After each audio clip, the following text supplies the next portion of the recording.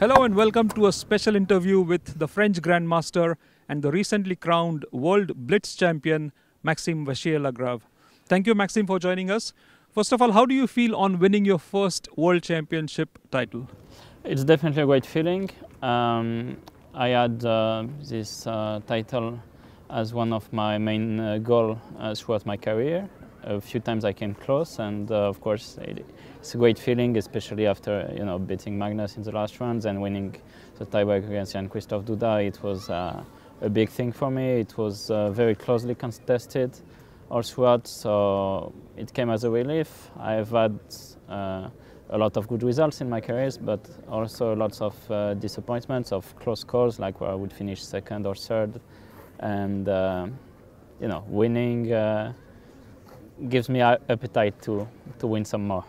It's interesting because at the end of day one of this 21-round event, you were not considered as a top contender for the title. How did you manage this turnaround on the second day? Yeah, in general, in blitz tournaments, everything can be different from day one to day two, and your feelings over the board, your mindset, what you calculate, and it turned out I was feeling much fresher on the second day, and in general I played extremely well, extremely solid. I had things going my way, of course. When I managed to beat Levon, who was leading by 2 full points before I played him in round 17, I think. Yeah, 17. And this was, if I don't win that game, then it's too far ahead. And then by cutting it closer and then winning the last round against Magnus, also very closely contested game, things turned my way this time. Now I have to ask this question. Is your new hairdo related to your world championship title? Yes, exactly. So prior to the tournament, I had a wager with Badur Jobava, who told me if you win one title, then you have to dye your hair pink. I told him yes. So of course, when I won the title, I had to honor my engagement. Can you tell me the difference between speed chess and classical chess in terms of temperament, in terms of skill sets and preparation? Of course, when it comes to speed chess, where you have only like 10 minutes to play a game compared to a classical game which can last 4 to 6 hours or even more, you have much less time to figure things out over the board, so you rely much more on your intuition. And the calculation process is also different. In a classical game, you go really deep in your analysis, and sometimes extremely deep. You can take as long as 30, 45 minutes, even 1 hour on one single move. In blitz, of course, this is definitely not the case, and I prefer to calculate a few lines, a few quick lines, and hope that my opponent has not seen one of them, which, if things go well and if I'm fresh enough, generally tends to happen. Now, speaking of classical chess, of course, we had the World Championship match, which was held recently. Did you expect it to be so one-sided? Not at all. Actually, I even expected Nepo to win the match. And I thought he would win the match, even though I thought that Magnus was the favorite. That was my intuition. It turned out I was completely wrong, and what disappointed me in Nepo's approach is he was not prepared to handle what happened, to handle losses, and this loss in game 6 that he had, of course, it's very tough to overcome. It's an 8-hour game. A lot of bad feelings must come to your mind when this happens. But at the same time, he had time to prepare for these situations prior to the match. And this was definitely a scenario that was possible because Magnus is so strong when it comes to the 6th hour of play, the 7th hour of play, and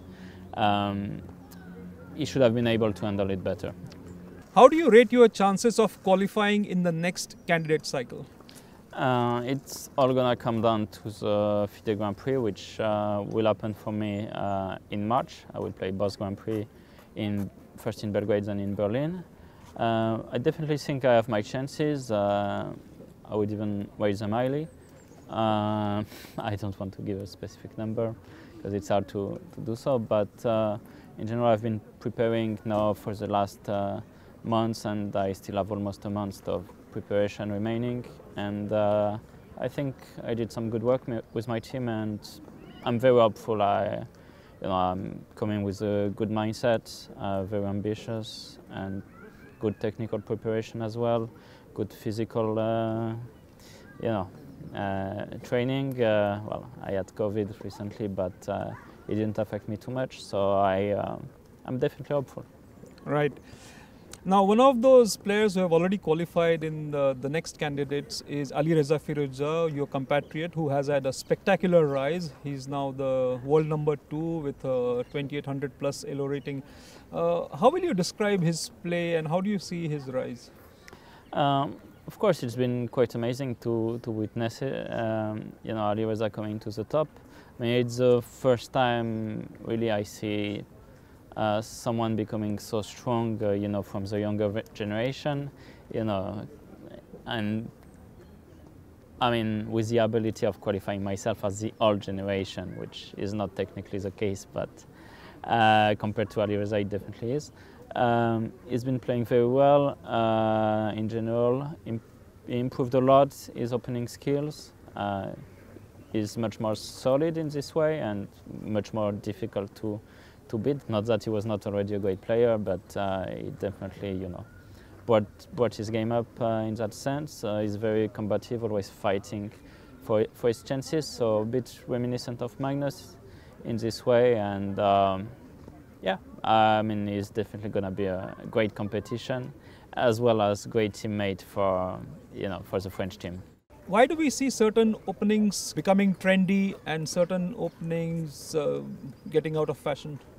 Yeah, some things come down to fashion. For instance, when in a World Championship match, an opening is suddenly played, like the Grenfell, sometimes the Sveshnikov, back in 2018 with Magnus and Fabiano.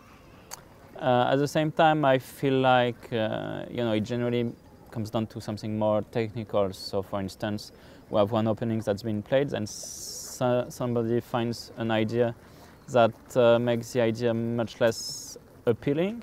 So then people drop the opening, and then a few months or a few years later, sometimes someone finds another idea that helps this opening to be brought back to life. So it generally comes down to this sort of meta game. Of course, it depends on new computers now, new softwares, and new hardware as well. So thank you very much, Maxime, for your time, and good luck for the future. Thank you very much.